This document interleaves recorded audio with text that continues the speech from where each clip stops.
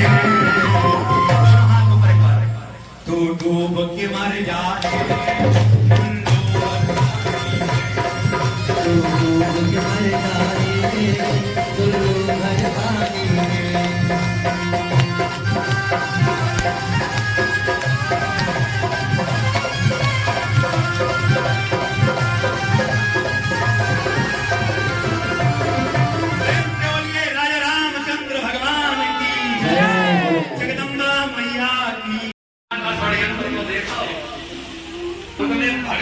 तीनों के लिए तैयार करवा दिए। रानी कैकेयी का 3 कपड़े गुरुदेव वशिष्ठ ने रोक दिया, रुको बिटिया सीता। कैकेयी रानी ने कहा क्यों रोक रहे हो गुरुदेव, इसको भी ये भगवा साड़ी पहन ले। रोका नहीं। इस समय महाराज दशरथ मूर्छित पड़े हैं, अगर वो होश में होते तो कुछ नहीं करता। मेरा एक कर्तव्य, मैं इस वंश का गुरु हूँ, अगर कोई गलत कार्य हो तो कि सीता मैया राजसी कपड़ा और गहना पहन कर गई थी। प्रमाण दे दो आप लोग। कथा, अगर कथा रामायण नहीं पढ़ते हैं तो टीवी सीरियल देखो, उसमें भी बहुत कुछ दिखा देते हैं। सीता मैया जब भवन छोड़कर गई राम के साथ 14 वर्ष, और केवट जब नवैया पर बिठाकर भगवान को पार करेगा तो भगवान के पास उतराई में देने को कुछ नहीं होगा। केवट उतर दंडवत कीना, और प्रभु सकुच यही नहीं कुछ देना, उत्तरायण में देने कोई पैसा नहीं भगवान के पास। तो सीता मैया अपनी उंगली से अंगूठी निकाल कर देती है। तो क्या है, गहना है, गहना पहन कर गई ना, उसमें हीरा जड़ा हुआ है जो लाठी मत है। प्रमाण मिल गया कि गहना पहन कर गई। रावण जब सीता का हरण करके ले जाता है तो सीता मैया अपनी चुनरिया में अपने कुंडल गहने बांधकर डालती है, जो महाराज सुग्रीव को मिलते हैं। गहना है, प्रमाण मिलेगा, गहना पहनकर गई थी अयोध्या से। हनुमान जी जो लंका को आग लगाते हैं और लौट कर जब आते हैं तो लौटते समय भी माता सीता का दर्शन करते हैं। कहते मैया राम जी ने अपनी अंगूठी दी थी, आपने हम पर भरोसा किया, ऐसे आप भी कोई ऐसा चिन्ह दो ताकि मेरे प्रभु को भरोसा हो जाए, मैंने आपका दर्शन किया। माँ को ही दीने कुछ जीना, और जैसे रघुनायक मोई दीना। तो क्या दिया था सीता ने, चूड़ा मणि उतार, बालों में पहनने वाला गजरा होता है। कई प्रमाण है रामचरितमानस में। तो कहने के मतलब राम लक्ष्मण सीता 14 साल के लिए बन जा रहे हैं एकदम तैयार। भगवान के हृदय में एक ही भाव आया, 14 साल के लिए जा रहे हैं, एक बार पिताजी के दर्शन और करते हैं। देखिए वो तो अंतर्यामी हैं, प्रभु श्री राम तो जानते हैं कि आज के बाद कोई पिताश्री के चरणों का दर्शन करने को नहीं मिलेगा, वो सब जानते हैं। इसलिए लक्ष्मण सीता का हाथ पकड़ा का, चलो अरे ये पावन पवित्र चरण आज के बाद छूने को नहीं मिलेंगे, इनको श्रद्धा से नमन कराओ। दशरथ जी मूर्छित पड़े थे, सीता मैया ने चरण छुए महाराज दशरथ के, लक्ष्मण ने भी छुए। राम जी के चरण छूने का तरीका ही अलग था। चरणों पर मस्तक रख दिया, भगवान सोच रहे आज के बाद पिता के चरण नहीं छूने को मिलेंगे। तो इतना दुख प्रकट हो गया भगवान के हृदय से कि आंसू निकल पड़े। और जब आंसू निकले भगवान के और राजा दशरथ के चरणों पर जब गिरे तो दशरथ जी की मूर्छा जाग गई, होश में आ गए। और राम की तरफ देखा तो उस चेहरे को देखकर तुरंत मूर्छित हो गए। कैसे, सहे न कोई और कैसे करे ऐसी घातक ठेस,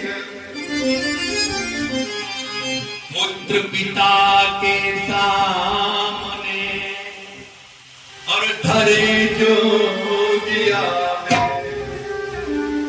महाराज दशरथ और राम के रूप को देखकर फिर मूर्छित हो गए। भगवान ने अपने पूज्य पिताश्री के चरणों का स्पर्श किया। ऐसे तुमने कहा राम चला गया। आज मेरी सांसें रुकने लगी। ऐसा लग रहा है कि पूरा राजभवन ये सब अंधकार में हो गया है। हमारे आंखों की रोशनी धीमी पड़ने लगी, बुझने लगी है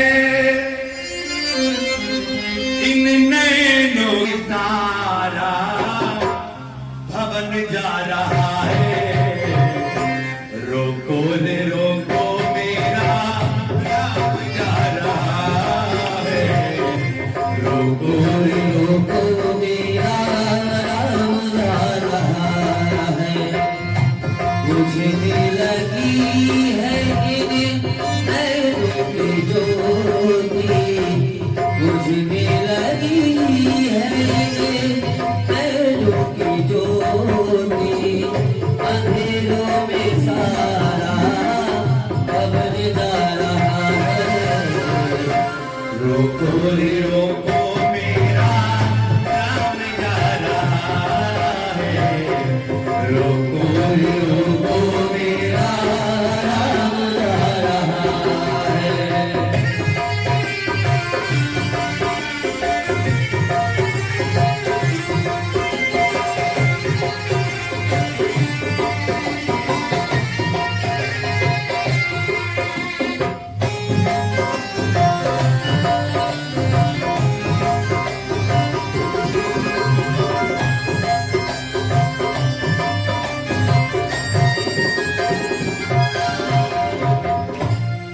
राजा दशरथ मंत्री सुमंत से कहने लगे, सुमंत, अरे अभी तो मेरा राम इस महल से बाहर भी नहीं निकल पाया होगा। एक काम करो, एक आज्ञा है मेरी, क्या कहा, एक दिव्य रथ तैयार कराओ और उस रथ पर राम लक्ष्मण सीता को बिठाओ, जंगल में ले जाना उस रथ को, जंगल की शोभा दिखाना और गंगा मैया में स्नान कराना और मेरे राम को वापस ले आना। चाहे बाद में दुनिया हमको कुछ भी कहे, हमें कोई फर्क नहीं पड़ता, मैं अपने राम के बिना नहीं रह पाऊंगा। देखिए यहाँ पर महाराज दशरथ ने ये जता दिया कि वास्तव में बाप का प्रेम अपने बच्चे के प्रति क्या होता है। एक बाप का प्यार है, कितना तड़प रहे हैं दशरथ जी अपने पुत्र के लिए। लेकिन बड़े विडंबना की बात है भैया जी, मैं सबकी बात तो नहीं करता, आजकल के पुत्र ज्यादातर ऐसे हैं, जब तक बाप जिंदा है उसकी कदर नहीं करते। लेकिन भैया जो लोग ऐसा करते, मेरी बात को माटी में बांध लो। ये माता पिता साधारण नहीं होते, ये पृथ्वी के जीवित देवता है। मैं रोज कहता हूँ, जब तक ये दुनिया में इनकी खूब सेवा करो, एक दिन जब ये नहीं होंगे ना, हाथ में कुछ नहीं आएगा आपके। एक एल्बम होती घर में, उस एल्बम को देखना और अपने बाप का फोटो देख देख कर बस पलटते रहना, कुछ हाथ नहीं आने वाला। महाराज दशरथ कहने लगे, बन दिखाई सुरसर अनवाई, अब आने तेरी देगी दो भाई, गंगा में स्नान कराना, जंगल की शोभा दिखाना, अब वापस ले आना मेरे राम को। आज मंत्री सुमंत ने एक दिव्य रथ तैयार किया, उस रथ पर राम लक्ष्मण सीता को बिठाया। द्वारे परिवन के लिए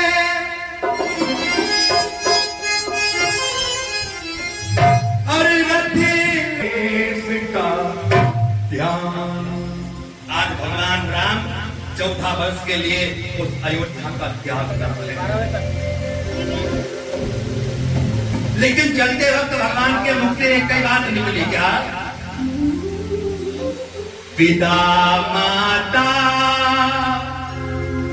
और पिता तुमसे हुए हम 14 वर्षों को, पिता माता पिता तुमसे हुए हम 14 वर्षों को।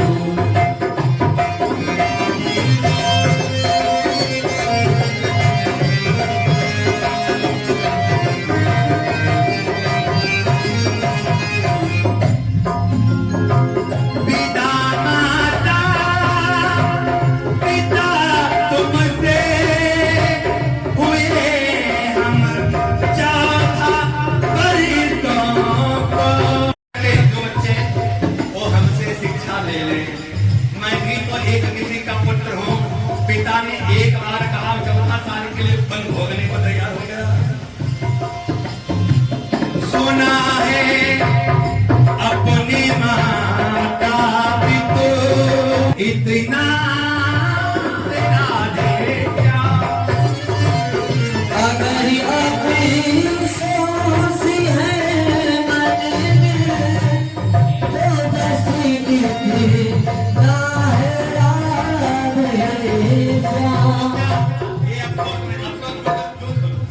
एक तो भगवान 14 वर्षों को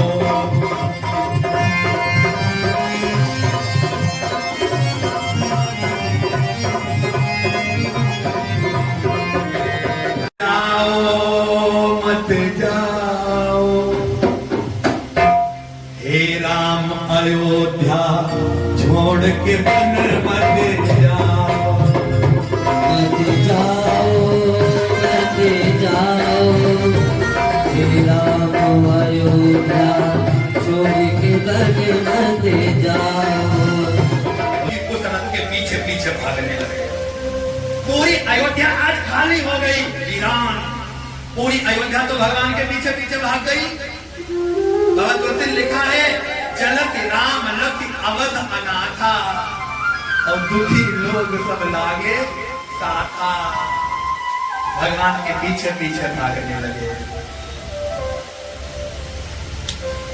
पूरे दिन बेचारे रथ के पीछे भागे।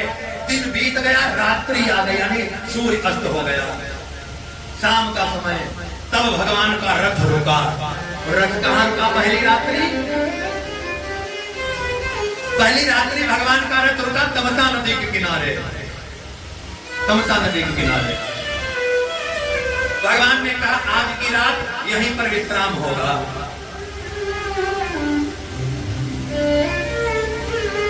सबका बिस्तर तमसा नदी के किनारे लगा। रथ से घोड़े खोल दिए गए। प्रभु श्री राम, लक्ष्मण, सीता सब विश्राम करने लगे। आज जब रात्रि का 12 बजा, भगवान ने देखा कि सब बड़ी गहरी नींद में सो रहे हैं। आज इतनी गहरी नींद में सोए अयोध्या के लोग सब कि आज से पहले इतनी अच्छी नींद ही नहीं आई कभी। तो ये नींद आने का कारण था।